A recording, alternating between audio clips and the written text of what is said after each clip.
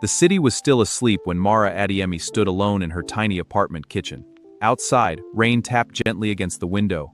Inside, silence filled every corner of the room. A half-finished cake sat on the counter. The sponge had collapsed in the center. Again. Mara stared at it. Months of practice, months of trying, months of hoping, yet somehow every failed cake felt like a reminder of every other failure in her life. At 29 years old, she had imagined something different, a successful bakery, a loving family, a life filled with purpose. Instead, she felt stuck, lost, and tired of starting over. The smell of vanilla lingered in the air, but tonight, even that couldn't comfort her. Another one. Of course. Just like everything else.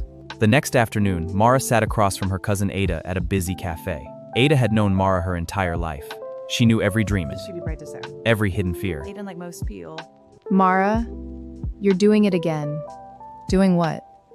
Talking yourself out of your future. I'm being realistic. No, you're being afraid.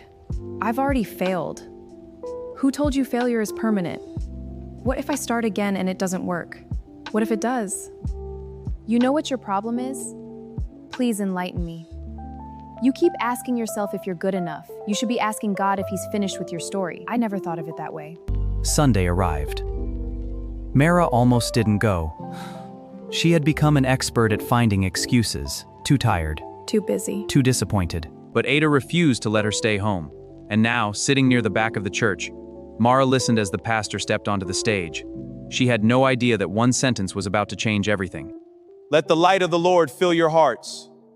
Embrace his love and walk in faith. Some of you have mistaken delay for denial. You think God forgot your dream. You think he changed his mind. But God has not abandoned what he placed inside you. God cannot bless the version of you hiding from your calling. After the service ended, people slowly began leaving. But Mara stayed. For several minutes, she sat quietly. Then she walked toward the altar. No audience, no performance, no rehearsed words. Just honesty. God, I don't know what I'm doing anymore. I've tried so hard. I've failed. I've doubted. I've given up. If you still have a purpose for me, please show me. Because I don't know how to keep doing this by myself. As Mara left the church, she noticed a small stall near the entrance. Fresh bread, pastries, cakes. Fresh from the oven this morning. You bake. Excuse me? You bake. How do you know that?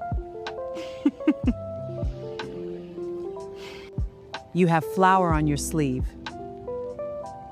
There she is. Who? The woman God isn't finished with. The following Tuesday morning, Mara stood outside Auntie Ruth's bakery. A small bell hung above the door. Fresh bread scents drifted into the street. Warm, comforting, almost like a hug. For several moments, she stood frozen. Part of her wanted to walk inside. The part wanted to turn around and go home. Fear had become familiar. Before she could decide, Auntie Ruth walked to the door from the inside of the bakery. Well, what? Are you coming in? I don't know. Good. People who know everything rarely learn anything. Come in, Mara. God answers prayers. But sometimes he expects you to walk through the door he opens. Mara, I know you expected recipes, but today we start with this. The Bible, I don't understand. Baking is like faith. You mix, you wait, you trust. Patience and faith. I see. I thought you were teaching me baking. I am. Tell me something. What happens if you rush dough? It won't rise properly? Exactly.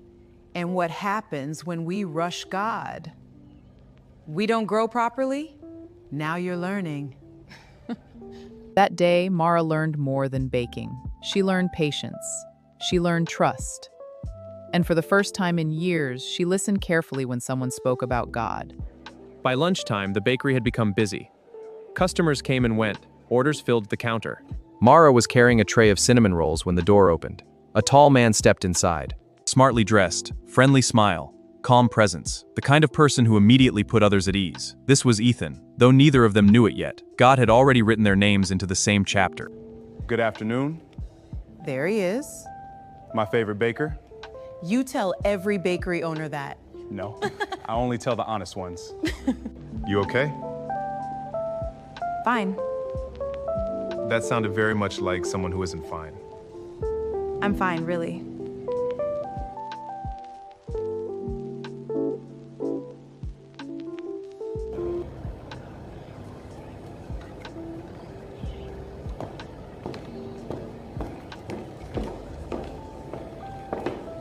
Later that week, Mara accidentally ruined an entire batch of bread. Hours of work, gone. The mistake crushed her confidence. Old fears returned immediately.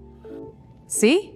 This is exactly why I'll never succeed. The bread, it's ruined. It's ruined. Exactly. God uses broken things all the time. Moses was broken.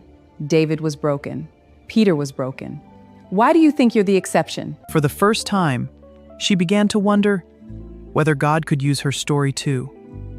A month later, everything changed. A regional bakery competition was announced. The winner would receive funding, business support, and the opportunity to open their own bakery. The announcement spread quickly. Customers talked about it. Local bakers talked about it. Even Ethan mentioned it. The announcement spread so quickly. I know, everyone's talking about it. But Mara wanted nothing to do with it. Fear still had a voice, and it was loud. You should enter. No, Why not? because people like me don't win competitions. People like you? The people who always come second. I don't think God brought you this far to watch you quit. That night, Mara sat alone in her apartment. The application form rested on the table. Beside it lay her Bible. Outside, rain tapped against the window. The same rain that had fallen the night she first met Auntie Ruth. Slowly, she opened her Bible. Her eyes fell on a verse, "With God, all things are possible." Mara stared at the words. Lord, I'm scared. What if I fail again? What if this dream isn't meant for me? But if this is where you're leading me, help me trust you. Sometimes faith begins with a single signature. Not because you're certain, but because you're willing to trust God more than your fear.